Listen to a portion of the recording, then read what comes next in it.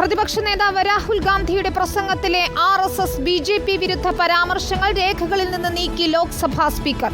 എന്നാൽ പറഞ്ഞതിൽ ഉറച്ചു നിൽക്കുന്നുവെന്നും സത്യത്തെ നീക്കാനാകില്ലെന്നും രാഹുൽ ഗാന്ധി പറഞ്ഞു. പാർലമെന്ററി ചട്ടങ്ങൾ പാലിക്കണമെന്ന് NDA MPമാരോട് പ്രധാനമന്ത്രി നിർദ്ദേശിച്ചു. നയപ്രഖ്യാപന ചർച്ചയ്ക്ക് പ്രധാനമന്ത്രി 3 മണിക്ക് ലോക്സഭയിൽ മറുപടി നൽകും. പ്രധാനമന്ത്രി നരേന്ദ്രമോദിയും BJPയുമല്ല ഹിന്ദുക്കൾ എന്ന് അവകാശപ്പെടുന്നവർ 24 മണിക്കൂറും അക്രമത്തിലും വിദ്വേഷത്തിലും വ്യാപൃതരാകുന്നത് എങ്ങനെയെന്നുമായിരുന്നു ഇന്നലെ ലോക്സഭയിൽ പ്രതിപക്ഷ നേതാവ് രാഹുൽ ഗാന്ധിയുടെ പരാമർശം.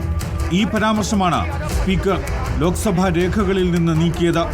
മോദിയുടെ ലോകത്ത് നിന്ന് സത്യം നീക്കം ചെയ്യപ്പെടാമെന്നായിരുന്നു സ്പീക്കറുടെ നടപടിയിൽ പ്രതിപക്ഷ നേതാവിന്റെ പ്രതികരണം. യാഥാർത്ഥ്യത്തിൽ നിന്ന് സത്യത്തെ മാറ്റി നിർത്താനാവില്ല. സത്യം സത്യമാണെന്നും പ്രതിപക്ഷ നേതാവ് രാഹുൽ ഗാന്ധി. मोदी जी की दुनिया में सच्चाई एक्सपंज हो सकती है, मगर रियलिटी में सच्चाई एक्सपंज नहीं हो सकती है. जो मैंने कहा था, जो मैंने कहना था, मैंने कह दिया. वो सच्चाई है और एक्सपंज करें, जितना करना है करें. सच्चाई होती है. धन्यवाद. RSSനും BJPക്കുമെതിരായ പരാമർശം വിവാദമാക്കുന്നത് BJPയുടെ തന്ത്രമാണെന്നായിരുന്നു ലോക്സഭയിൽ അഖിലേഷ് യാദവിന്റെ പ്രതികരണം. അഗ്നിവീർ, മണിപ്പൂർ, കാർഷിക പ്രശ്നങ്ങൾ ഉൾപ്പെടെയുള്ളവ രാഹുൽ ഗാന്ധി ഉന്നയിച്ചുവെന്നും അഖിലേഷ് യാദവ്.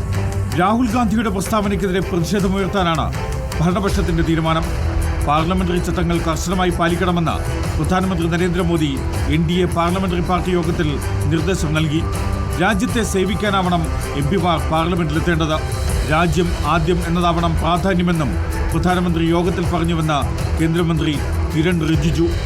രാഷ്ട്രപതിയുടെ നയപ്രഖ്യാപന പ്രസംഗത്തിന്മേലുള്ള നന്ദിപ്രമേയ ചർച്ച ലോക്സഭയിൽ ഇന്ന് പൂർത്തിയാകും. 4 മണിക്ക് പ്രധാനമന്ത്രി ലോക്സഭയിൽ സംസാരിക്കും. പ്രതിപക്ഷ നേതാവ് രാഹുൽ ഗാന്ധിയുടെ ആരോപണങ്ങൾ ഉൾപ്പെടെയുള്ള വിഷയങ്ങളിൽ പ്രധാനമന്ത്രി നരേന്ദ്രമോദി മറുപടി നൽകും. National desk reporter.